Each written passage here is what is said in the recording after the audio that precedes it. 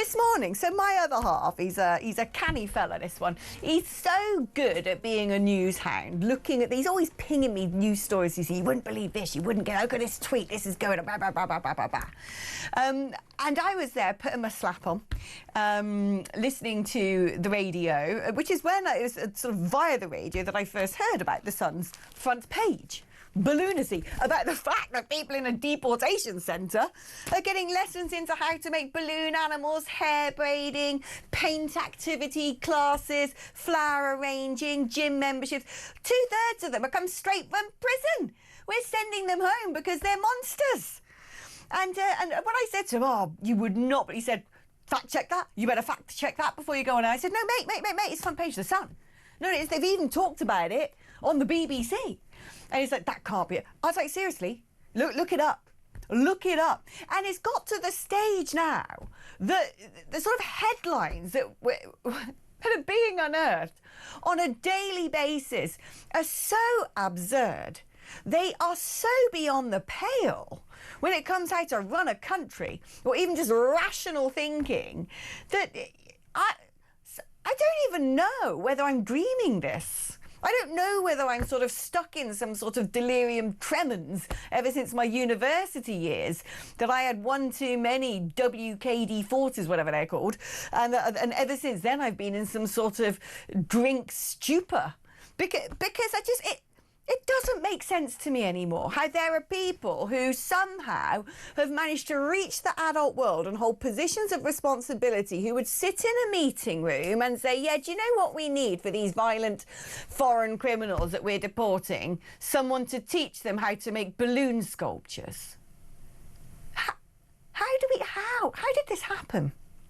Let's speak to Paul Embery, a writer and a trade unionist, once a sort of firebrand of the left.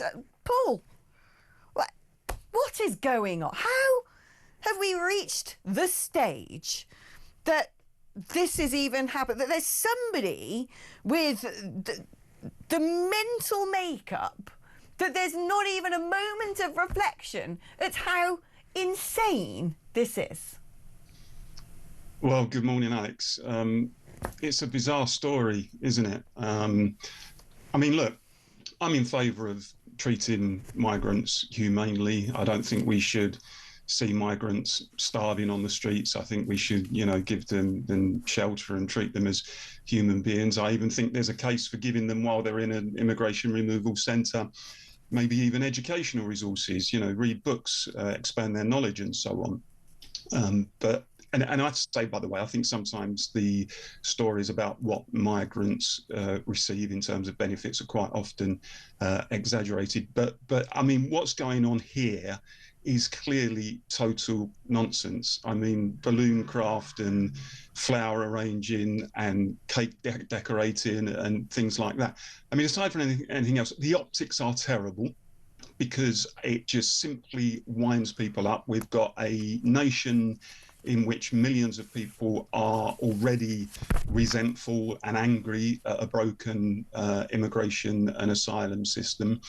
We've got millions who think, I think with some justification, that we're a soft touch when it comes to our borders. And all this does is it deepens the tension. And you're right, I simply do not understand how somebody could sit in a room and come to a decision that these things are good ideas. I mean, it may be, I have to say, something to do with the fact that we're talking about these ideas coming from a private contractor rather than somebody within government directly. I think even people within government would see that this type of thing will not play well with the public. And I do think that raises a wider question, actually, about whether it's actually right and acceptable for a private contractor to be running, which is basically a state immigration removal centre. Right.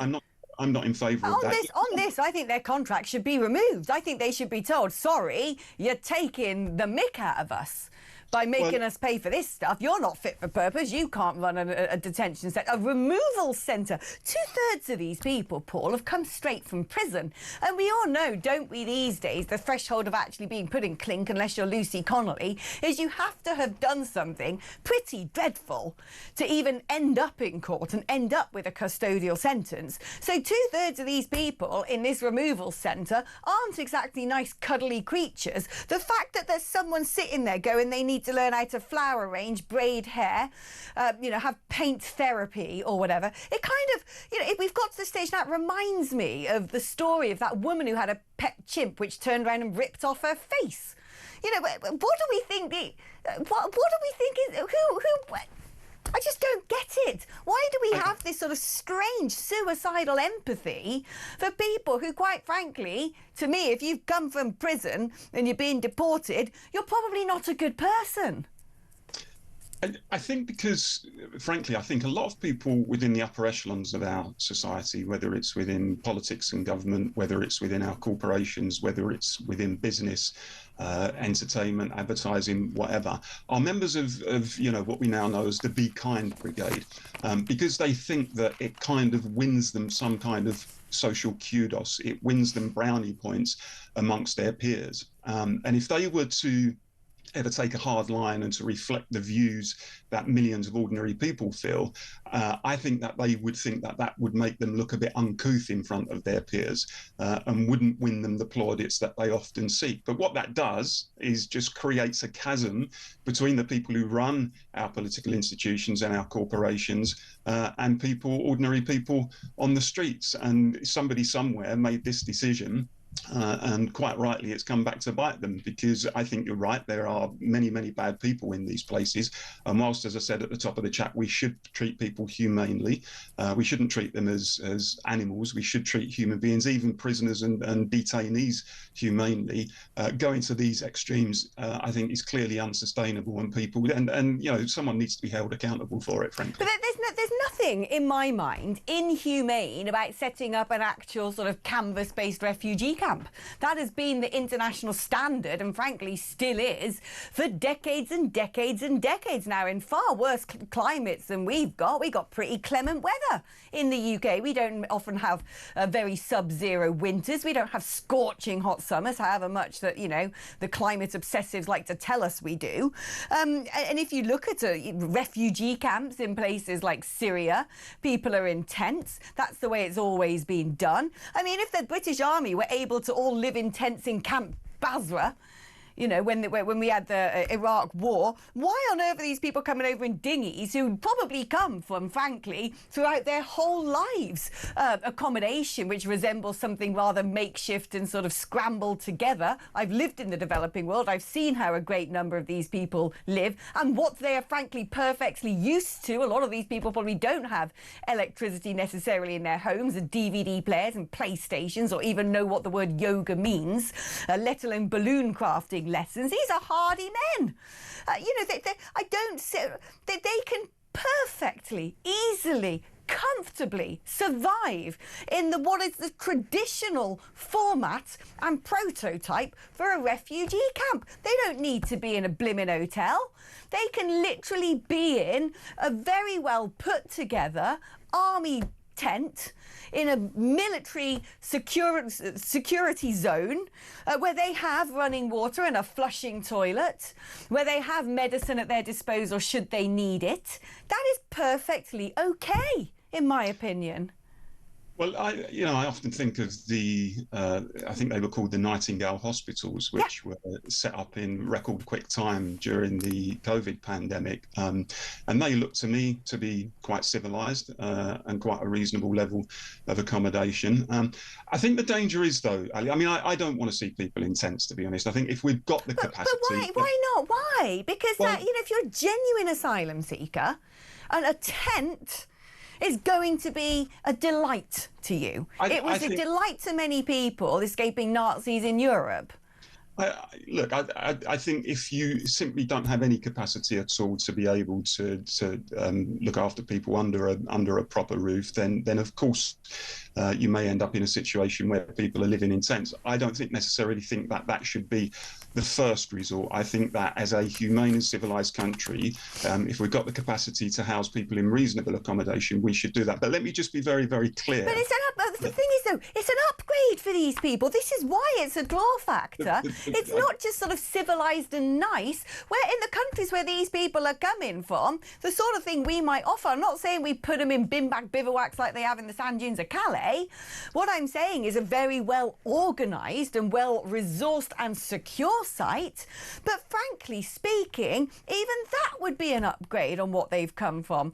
They don't need to be in hotels or rented accommodation. That's madness. I'm not suggesting they should be in some of the certainly, you know, some of the quite palatious hotels, you might say, in some cases. I think that does make people angry. But I would say this: I think in some respects, the question of the accommodation is a bit of a diversion, because for as long as we're arguing over the details, the minutiae of whether they should be in hotels or makeshift accommodation or in a tent, we're not dealing with the main issue, which is the broken immigration and asylum system. If we had that right, if the immigration and asylum system was working as it ought to be and people were being processed quickly, I'm in favour of an offshore system. I think that is the quickest and easiest and most effective way of dealing with it. If that was in and you were dealing with it effectively and you were removing people quickly where they were found not to have a valid case, then if they were staying in a hotel for a few nights or so,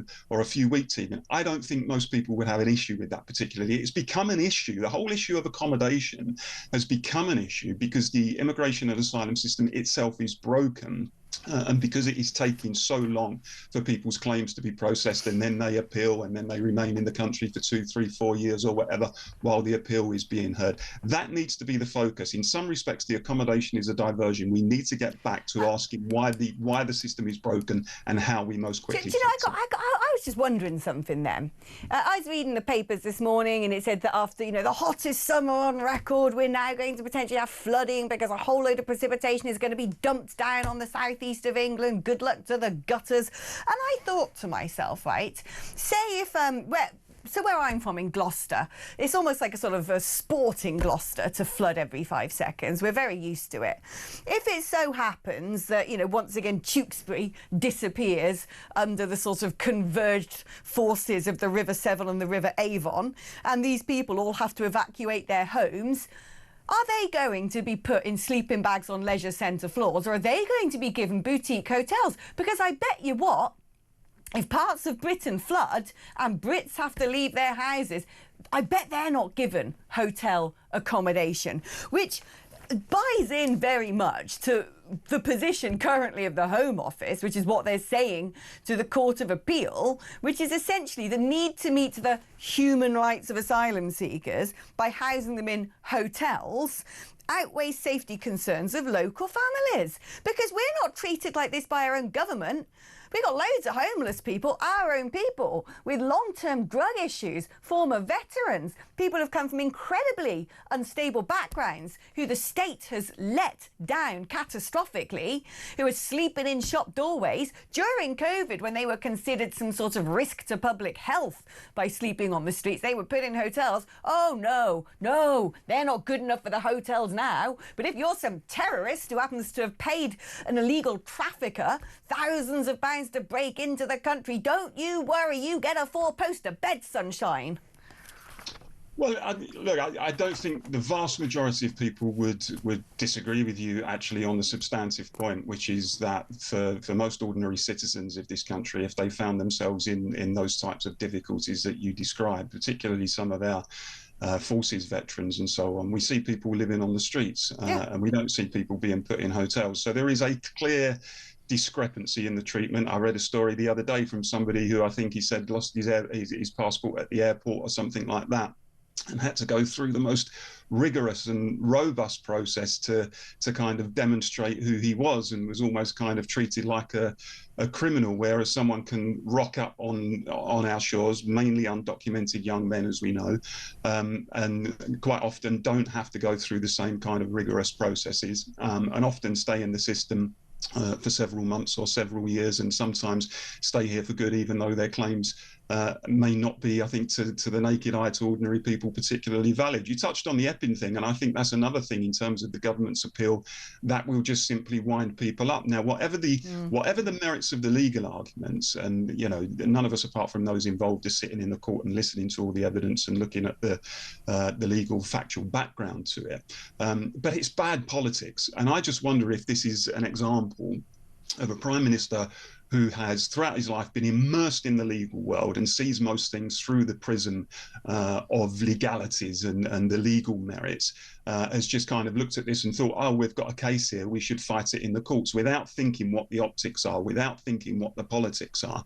And I think the messaging that's coming out in terms of actually the government is saying that the rights of asylum seekers in this case supersedes those of local citizens is exactly the wrong type of messaging to be put into the country at the moment. When you've got the tensions and the simmering resentment and the raising the colours campaign, which is going on at the moment, and forgotten millions who feel that they're losing their place in society, their status in society, and are furious at the broken immigration and asylum system, that is exactly the wrong message to be putting out. And I think actually the government would have been better simply to say, we accept the decision of the first court, we're not going to appeal it, and now we've got to work on finding a resolution.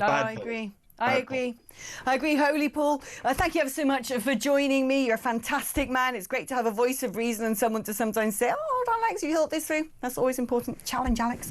Yeah, I mean, it's just, I don't know, though. I just don't understand what was ever wrong with a normal refugee camp. I really don't. I don't.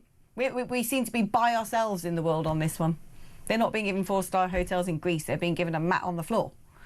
And yeah, the Nightingale hospitals. We can, if we wanted to, if this government had the guile to do this, we could set up within a matter of 2 weeks a highly secure, mass occupancy refugee camp. We could do it. I know we can. Because where there's a will, there's a way. And there is no will. That is the point, isn't it?